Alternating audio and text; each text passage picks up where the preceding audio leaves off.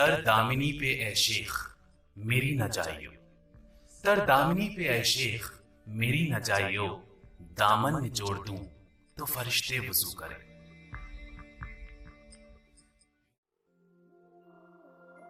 मौलाना वहीदुद्दीन खान एक ऐसी शख्सियत जिनके दामन से रूमानियत, इंसानियत और खुदा की बंदगी छनती है। एक ऐसी पाक रूह जिन्होंने सारी दुनिया को अमन और चैन का रास्ता दिखाया, भटके हुओं को खुदा की रहमतों से रूबरू कराया और परवरदिगार से खुद को कुछ यूं मिलाया कि खुदा को भी उन पर प्यार आया। वहीदुद्दीन साहब ने कुरान की आयतों को इस अंदाज से अपने लफ्जों में पिरोया है जिससे एक आम इंसान भी इन नसीहतों को अपनी जिंदगी में अपना सके।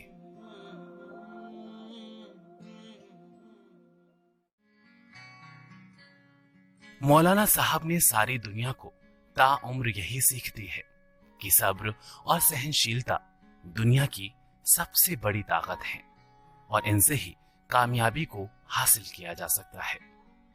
वहीं कुरान में भी साफ साफ कहा गया है, जो खुदा और कयामत में विश्वास रखते हैं और जो सही काम करते हैं, अल्लाह उन्हें इनाम देंगे। उन्हें ना तो डरने की जरूरत है और ना पश्चाताप की। जो कामयाबी का राज है वो ये है कि पॉजिटिव थिंकिंग आदमी को सफल बनाती है और नेगेटिव थिंकिंग आदमी को असफल बना देती है।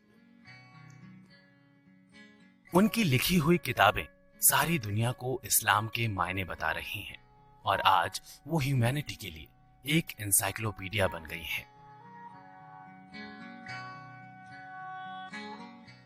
देखिए, मैं दिल्ली से लाहौर गया तो लाहौर पर वहाँ मेरे बहुत जानने वाले हैं, तो एक आदमी नया था, एक लड़का नौजवान, मैं उसको पहचानता नहीं था, तो मैं थोड़ा सा अजनबी नज़र से देखा उसको। तो उसने कहा कि आप उसको पहचानता नहीं होंगे लेकिन मैं आपको जानता हूँ और आपसे मुझे बहुत बड़ी चीज़ मिली, इसलिए मैं एयरपोर्ट आया हूँ आपको रिसीव करने के लिए। तो उसने बताया कि मुझे डिप्रेशन हो गया था, डिप्रेशन, और बिल्कुल लगता था कि अब मैं बेकार हो गया, किसी काम का नहीं। यहाँ तक कि मैं हॉस्पिटल में एडमिट हो गया और यहाँ इलाज मेरा होने लगा, डिप्रेशन का इलाज। उसी बीच में मुझे एक शख्स किताब दी आपकी, राज हयात, सीक्रेट ऑफ लाइफ, तो उसको मैंने पढ़ा हॉस्पिटल में। उसके पढ़ने के बाद क्या हुआ, मेरे अंदर एक नई शख्सियत इमर्ज की, एक नई पर्सनालिटी इमर्ज की मेरे अंदर,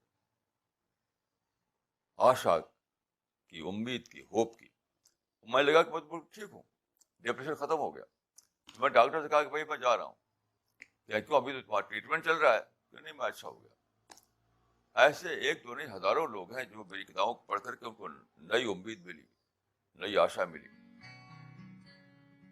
मौलाना साहब को भारत के सर्वोच्च सम्मान पद्म भूषण और राजीव गांधी राष्ट्रीय सद्भावना अवार्ड से भी नवाजा गया है, लेकिन आज वो इन सब मान सम्मानों से ऊपर उठ चुके हैं और उनका सीधा साबका खुदा और उनकी इबादत से है।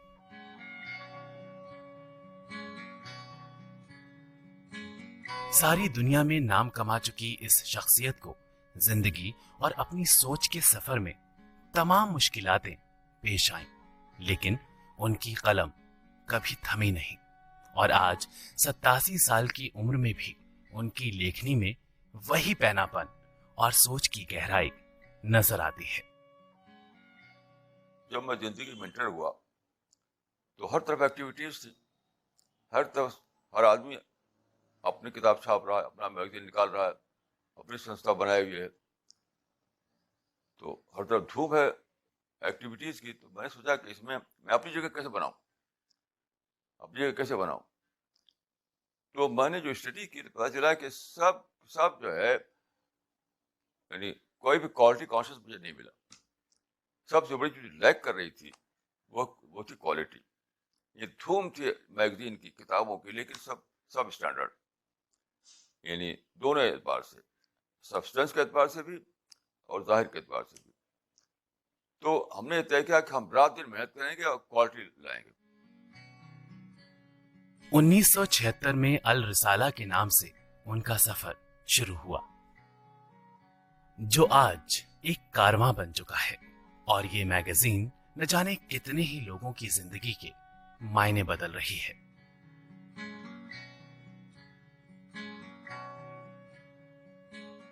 رسالہ کا معنی تو ہوتا ہے سندیش، میسج، لیکن اگر اس کو ویسے دیکھا جائے اس کے سبسٹنس کے لحاظ سے، تو میں کہوں کہ ایک کریٹو میگزین ہے.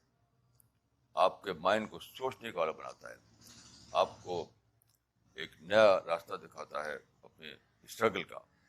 یہ سب باتیں اس میں ہوتی ہیں، ہر میگزین میں یہ سب باتیں ہوتی ہیں. اور پھر ہم نے اس کو جو میگزین میں جو آرٹیکل چھپتے ہیں ان کو کتاب چھاپتے ہیں. 200 کتابیں چھپ چکی ہیں. 87 سال کی عمر میں بھی ان کے حوصلے اور کام کرنے کے طریقے میں کوئی کمی نہیں آئی ہے.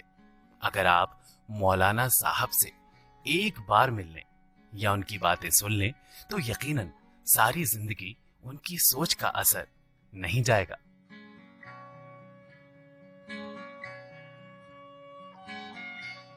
مولانا وحید الدین خان نے ہمیشہ سے شانتی دود کی طرح کام کیا ہے، اور یہی وجہ ہے کہ وہ آج کی دنیا میں انسانیت کی جیتی جاگتی مثال ہیں.